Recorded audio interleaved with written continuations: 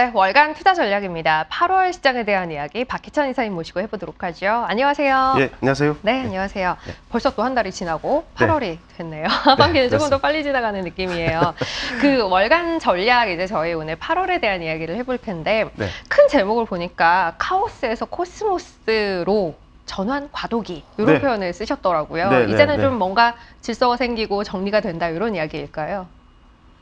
그렇죠. 예, 분명히 질서가 그러니까 상반기가 되게 혼돈의 시기였었거든요. 이제 왜냐하면 인플레이션이나 금리 인상이나 이런 것들이 지금 현재 열심히 일하고 있는 투자가들이 사실 겪어보지 못했던 것들이라서 아무래도 좀 기존에 갖고 있던 자산들을 좀 팔고 예, 현금을 보유하면서 좀 대응하고자 하는 욕구가 되게 강했던 것 같아요. 네. 예, 그렇습니다. 그러면서 이제 시장이 아무래도 매도가 좀 쌓이다 그렇죠. 보니까 좀 많이 흔들리고 예, 그게 이제 상반기에 너무 반복적으로 많이 발생했었는데 그게 좀 지나온 것 같다라는 느낌을 받고 있어요. 그래요? 그러면 네. 이제 그렇게 판단하시는 이유에 대해서 네. 이야기를 해봐야 할 것 같은데 네. 일단 첫 번째로 이야기를 하고 계시는 게 기대 인플레 하락세라는 네. 부분에 주목하자라는 그렇습니다. 이야기예요. 요즘 네. 볼까요? 예, 우리 이제 기대 인플레이션이 아무래도 이 상황을 바꾼 예, 기대 인플레이션의 하락세가 예, 그런 부분인데 일단은 그 말씀을 드리기에 앞서서 네. 제가 오늘 새벽 업데이트된 예, 주가 지수 네. 예, 나스닥 상황을 정리를 해봤어요. 왜냐하면 이게 뭐냐면 밑에 이제 그림만 보시면 되는데 이 지난 5월달, 6월달 FOMC하고 이번 FOMC 직후의 주가 상황이 다르다라는 네, 거예요. 네. 예, 왜냐하면 우리 이제 기억하실지 모르겠습니다만 사실 5월달 FOMC 직후에 주가가 나스닥이 이렇게 3.2% 올랐다가 바로 다음 날 또 그랬죠. 5% 빠지고 6월달에도 똑같았고. 거의 비슷한 현상이 네. 벌어지면서 이제 우리 투자가들한테 엄청난 충격을 사실 예, 그래서 오늘도 조마조마하긴 했어요. 맞았습니다. 예, 맞습니다. 그리고 사실은 어제 장 시작할 때도 네. 사실 좀 불안했었어요. 빠졌었죠, 그래도. 네, 예. 근데 결국은 이렇게 달라졌습니다. 예. 그래서 일단은 FOMC 이후의 시장의 반응이 달라졌다라는 걸 갖다 우리는 되게 중요하게 네. 예, 봐야 된다라고 생각을 하고 결국은 우리가 여기서 주목해야 될 것이 바로 기대 인플레이션의 인플레. 하락세가 이제 중요한 역할을 했다라고 저는 생각을 해요. 네. 지난 FMC 이후의 시장의 반응과 이번 FMC 이후의 시장의 반응이 다음 날을 기준으로 좀 달랐던 건 네. 기대 인플레가 하락하는 그 흐름이 반영된 것이다라는 이야기인 예. 걸까요? 예, 그렇습니다. 우리 이제 이번 FOMC에서 이 파월 의장의 바뀐 스탠스를 갖다가 일단은 우리가 읽을 수 있었어요. 네. 일단 이제 기본적으로 우리가 이제 기대 인플레이션이 얼마나 하락했는지는 제가 준비한 차트를 보죠. 일단 보시면 네. 예, 알 수 있을 텐데 이게 고점을 찍고 약간의 이제 변동성을 보인 다음에 6월 중순부터 이렇게 하락세가 이제 선명해졌습니다. 그리고 이제 이 6월 중순의 하락세를 보일 때 결정적인 역할을 한 것이 이제 연준의 자이언트 스텝이었었거든요. 예, 그리고 이 차트가 또 하나 보여주는 바는 5년물, 10년물 장기 기대 인플레이션, 이 왼쪽 차트인데요. 예, 장기 기대 인플레이션 값이 작년 가을 수준까지 지금 낮아져 있어요. 네. 그러니까 작년 가을이면은 파월 의장이 인플레가 일시적이다 막 이런 얘기를 할 텐데 그렇죠. 그때만큼이나 지금 기대 인플레이션이 안정화됐다라는 걸 갖다 이제 먼저 말씀을 드리겠고, 자 이렇게 기대 인플레이션이 안정화돼 있기 때문에 파월 의장이 이번에 스탠스가 바뀔 수 있다고 봐요. 네. 왜냐하면 지난번까지는 계속 인플레 대응 이 얘기만 했었거든요. 근데 이번에는 인플레도 보지만 성장도 본다라는 스탠스를 갖다 보였습니다. 네. 예, 그것이 이제 결국은 인플레 쪽에서 약간의 여유가 생겼기 때문에 예, 결국은 이제 우리가 성장 쪽에 대해서도 좀 연준이 신경을 쓸 수 있는 예, 좀 그런 상황으로 바뀌지 않느냐.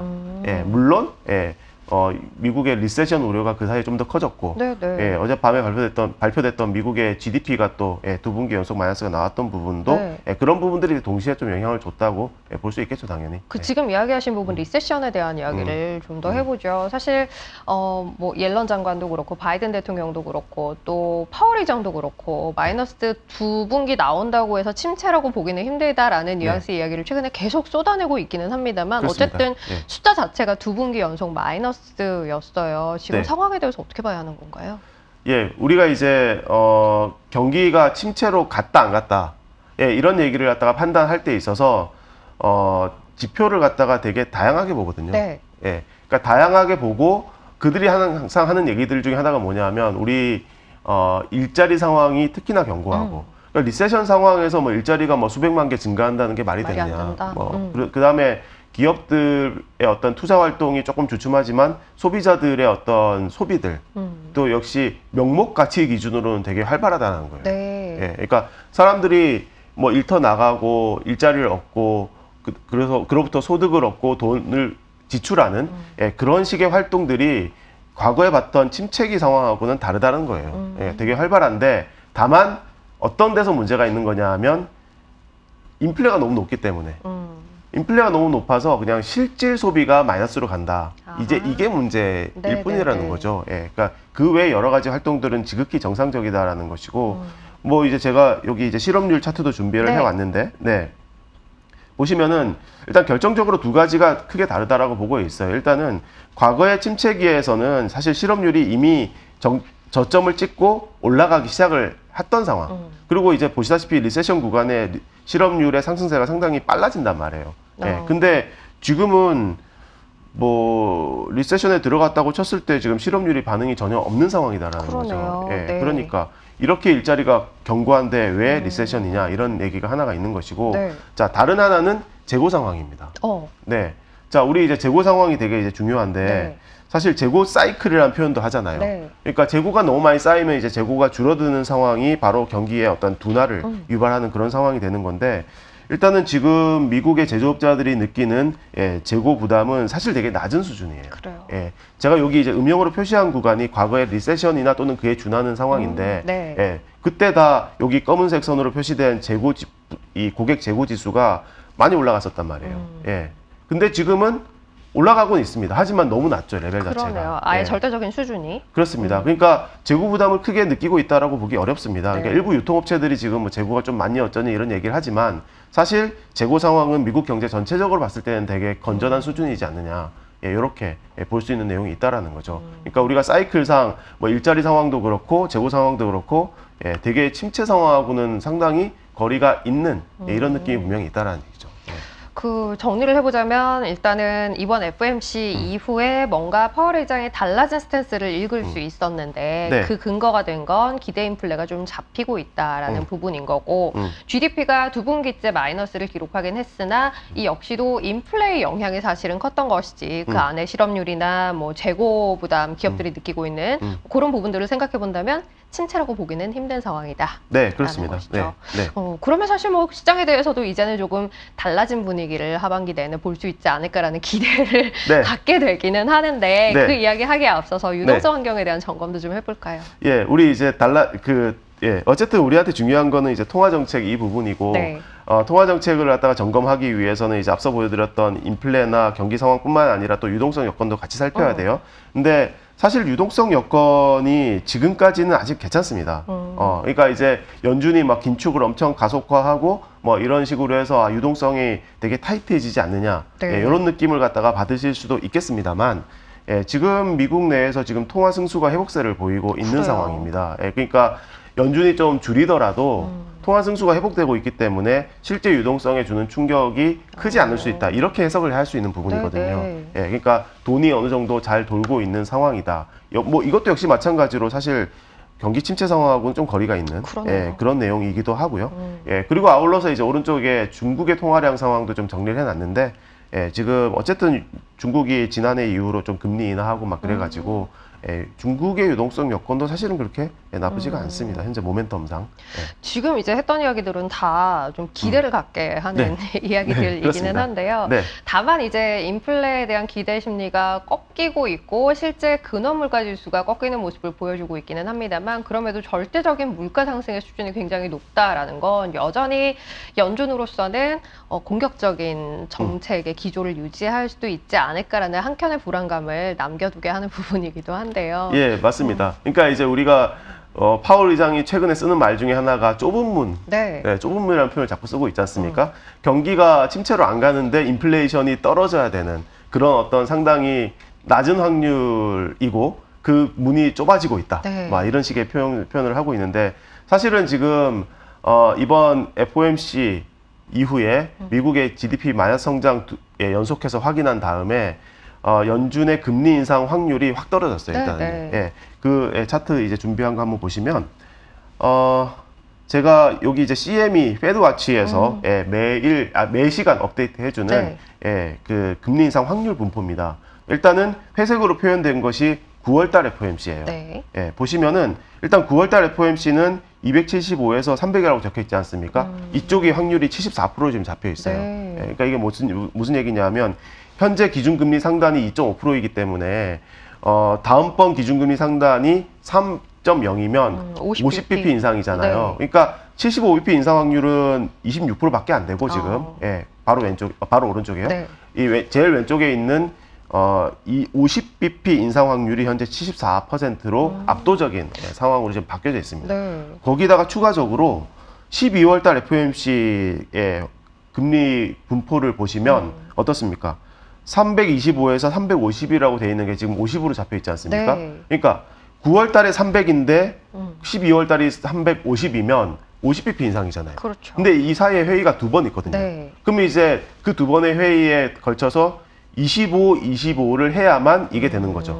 그리고 심지어 보시면 이거보다 왼쪽에 있는 것들 있지 않습니까? 네. 예, 이것들의 확률도 사실은 되게 높아져 있어요, 지금. 그마저도 안 할 가능성이 있다는 그렇습니다. 한 번에 그칠 가능성. 그러니까 예를 들면 이제 3에서 3.25에 그칠 가능성에 대해서도 지금 프라이싱이 무려 31%까지 올라가 있는 네. 거죠. 그러니까 일단은 금융시장에서는 연준의 금리 인상이 다음번에 50, 그 다음부터는 25로 확실하게 떨어질 가능성이 높아졌다라고 지금 이제 베팅을 하기 시작을 한 겁니다. 네. 자, 이 부분이 사실은 그 FOMC 직후 그 다음에 이제 오늘 새벽까지 주가를 끌어올리는데 상당히 중요한 역할을 했다고 보는데 문제는 이제 앞서 말씀드린 대로 미국의 경제가 침체가 아니고 네. 유동성 여건이 꽤 괜찮으면 그러면 이제 앞으로 이제 시간이 지나면서 이 금리 인상 확률이 다시 이제 좀 더 높이 높아질 수 인상하는 있겠죠. 방향으로 바뀔 가능성이 네. 현재로서는 좀 남아 있다라는 거죠. 아.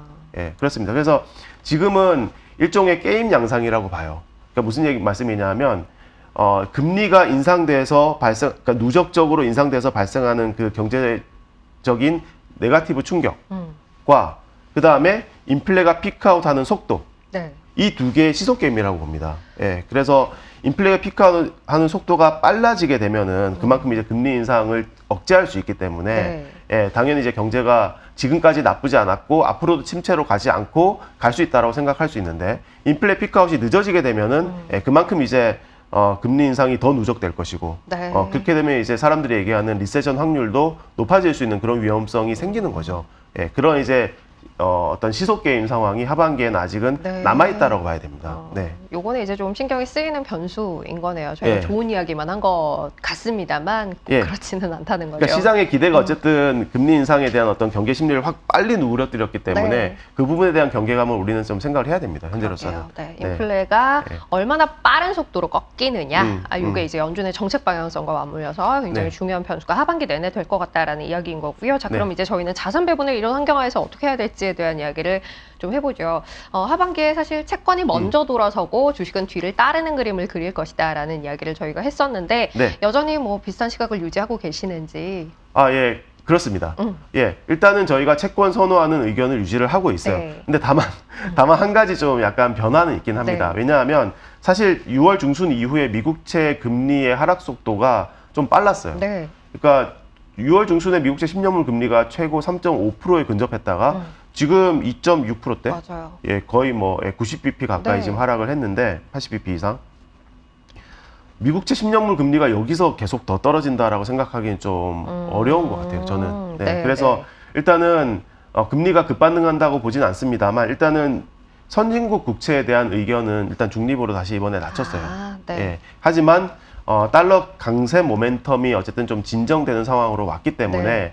한국이라든지 또는 그 외 신흥국가의 채권에 대해서는 계속해서 긍정적인 의견을 유지를 합니다. 그러니까 상대적으로 고금리 채권에 대한 선호 의견은 계속해서 일단 유지한다. 이렇게 말씀을 드리고 싶습니다. 선진국의 채권은 이제 빨리 좀 반영을 했기 때문에 네, 그렇습니다. 요거는 네. 이제 의견을 중립으로 낮추나 신흥국 채권에 대해서는 네. 여전히 긍정적인 의견을 유지한다라는 네. 이야기이신 거고요. 주식은 그러면 어떻게 보고 계세요?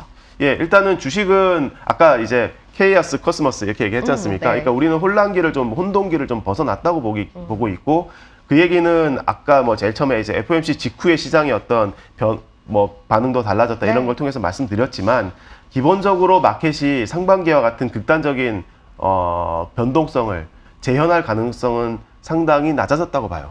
예, 일단은 연준에 대한 금융시장의 어떤 신뢰도가 다시 높아져 있기 때문에 네. 예, 결국은 이제 연준이 막아줄 것이다. 적당한 대응을 통해서. 예, 결국 그 얘기는 투매 현상이 재현될 가능성이 낮아졌다는 걸 보여주는 거거든요. 그래서 일단은 할만해졌다. 일단 마켓이. 예, 그래서 너무 방어적으로 갈 필요는 없지 않느냐 현재로서는 이렇게 봅니다. 근데 다만 네. 이제 아까 말씀드린 대로 금리 인상에 대한 기대, 그러니까 경계 심리를 많이 누그러뜨렸기 때문에 그에 대한 경계감은 아직은 네. 가져가야 될 부분이고요. 그래서 지수가 계속해서 크게 올라간다 이런 관점보다는 네. 여전히 이제 잘 선택해서 가야 되는 그런 국면이라고 봅니다. 그래서 저희가 지난번에도 이제 리츠에 대한 선호를 말씀드렸습니다. 왜냐하면 4월달, 5월달, 6월달에 이 금리가 올라가면서 리츠 주가가 많이 망가졌거든요. 그렇죠. 그게 지금 반전되는 되돌림이 있을 수 있는 구간이기 때문에 일단은 리츠 주식에 대해서는 기본적인 선호 의견 유지를 하고 네. 있고요. 그 다음에 사실 하반기에 뭐를 고를까에 대해서 되게 고민이 많았어요. 네. 예, 근데 마땅치가 않았습니다. 그래서 저희가 결국 정한 것은 결국은 내년도 기술 성장주의 부활. 예. 그러니까 이른바 빅테크. 그렇죠. 예, 네. 빅테크가 어쨌든 어닝 모멘텀이 단기적으로는 좀 불확실합니다. 하지만 결국은 내년 내후년도의 그림이 여전히 좋기 때문에 네. 예, 결국은 좀 인내를 하면서 점진적으로 이쪽 비중을 확대해 나가는 예, 그런 전략이 유효하지 않겠냐고 봅니다. 결국은 우리가 돌고 돌아서 답이 결국은 그쪽이다 네. 라고 봅니다. 그래서 하반기 중에는 아직은 실적 관련된 불확실성이 좀 남아 있다고 그렇죠. 보기는 해요. 하지만 그 구간을 결국은 조금씩 점진적인 비중 확대로 네. 대응하시면서 내년도에 조금 더 좋은 상황을 기대하는 그런 식의 전략이 낫지 않겠느냐 이렇게 보고 있습니다. 그래서 일단은 저는 현재로서는 리츠가 당장 좋아 보이고 네. 빅테크도 점진적으로 좋아진다 이런 네. 방향으로 말씀드리고 싶습니다. 네. 알겠습니다. 리츠는 일단 채권 시장의 움직임과 맞물려서 지금도 좋고 네. 당분간은 조금 더 좋을 움직임을 기대를 하고 있는 거고요. 빅테크는 좀 모아가야 하지 않겠는가라는 네. 관점에서 길게 보고 여전히 긍정적인 의견 주셨고요. 마지막으로 한국 시장에 대한 이야기를 좀 하고 마무리할까요? 사실 네. 요즘은 분위기가 뭐 상대적으로 나쁘진 않아서 네, 좋아졌습니다. 네. 제가 지난번에도 이제 보여드렸던 차트를 다시 갖고 왔습니다. 네. 이 왼쪽 차트가 바로 코스피와 환율입니다. 환율과 코스피의 극단적인 반비례 관계에 대해서 이게 정말 좀 뭐랄까 좀 말이 안 된다는 식으로 네. 이럴 수는 없다라는 식으로 말씀드렸는데 그러면서도 사실은 여전히 이제 하반기 중에는 환율에 대한 시장의 의존도가 되게 높을 것이라고 말씀을 드렸어요.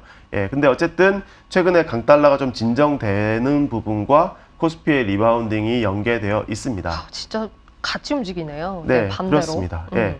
일단은 연준이 정책 스탠스를 갖다가 성장과 인플레를 같이 보는 그런 쪽으로 좀 바꿨기 때문에 일단은 강달러 모멘텀은 줄어들었다고 봐요. 기본적으로. 예. 달러 약세로 확 간다 이런 얘기를 하기 위해서는 아까 말씀드렸던 대로 이제 연준이 빅스텝, 베이비 스텝으로 가는 것이 확실하게 확인이 돼야 되는 부분이고요. 예. 그러니까 또는 이제 그 이후에 이제 금리 인상 끝.